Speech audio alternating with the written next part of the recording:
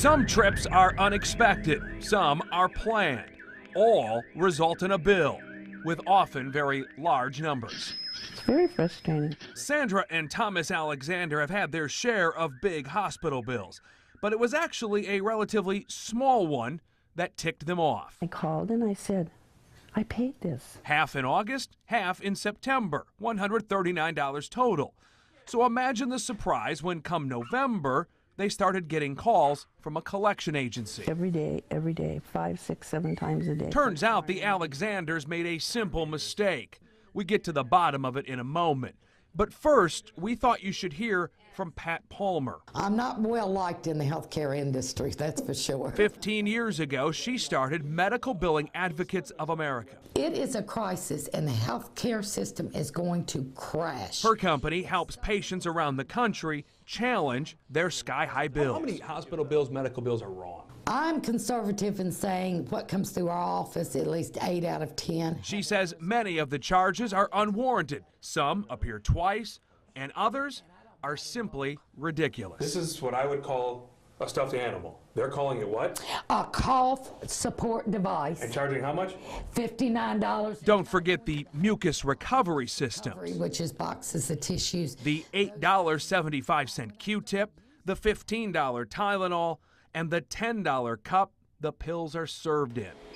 Don't charge me $9,000 a day for an ICU room and then charge me for the gown I put on, for the socks that I put on. You can't have it both ways. So what do? Palmer says you ask for your summary bill to be unbundled, itemized. They're not going to voluntarily hand you this because everybody be complaining. What can I say? I'm not paying that? You send in writing all the items that you're disputing. As a consumer, you can pick up on some of the more ridiculous items. And when you put it in writing, the hospital has to respond in writing. Because there's nothing they can give you to support charging you for sheets and gloves and gowns and teddy bears. As for the Alexanders, it doesn't appear they were overcharged. The problem was they put the wrong account number on the checks they sent.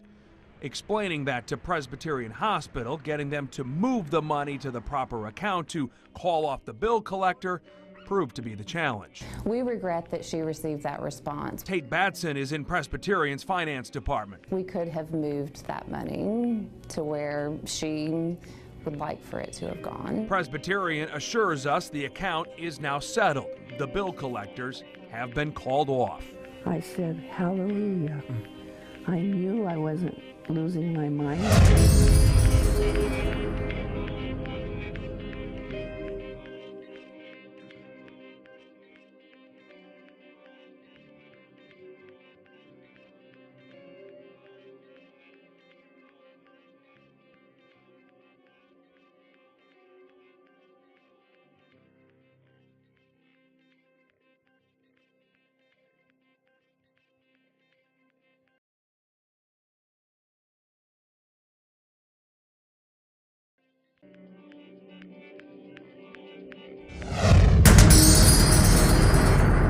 Medical bills can be big, and they can be hard to understand. Incredibly frustrating because you had done everything you were supposed to do. Yes. Sandra Alexander has been trying to figure out why her hospital bill had gone to collection. I knew I wasn't losing my mind. I knew I had sent that money. Finding her money proved to be the easy part.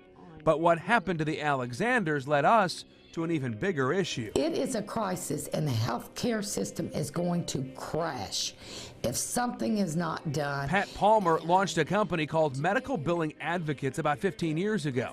She helps patients who have billing disputes with hospitals and providers. How many hospital bills, medical bills are wrong? I'm conservative in saying what comes through our office, at least 8 out of 10. How do you keep from paying too much? The questions to ask, the steps to take in a problem solver investigation, Monday at 11.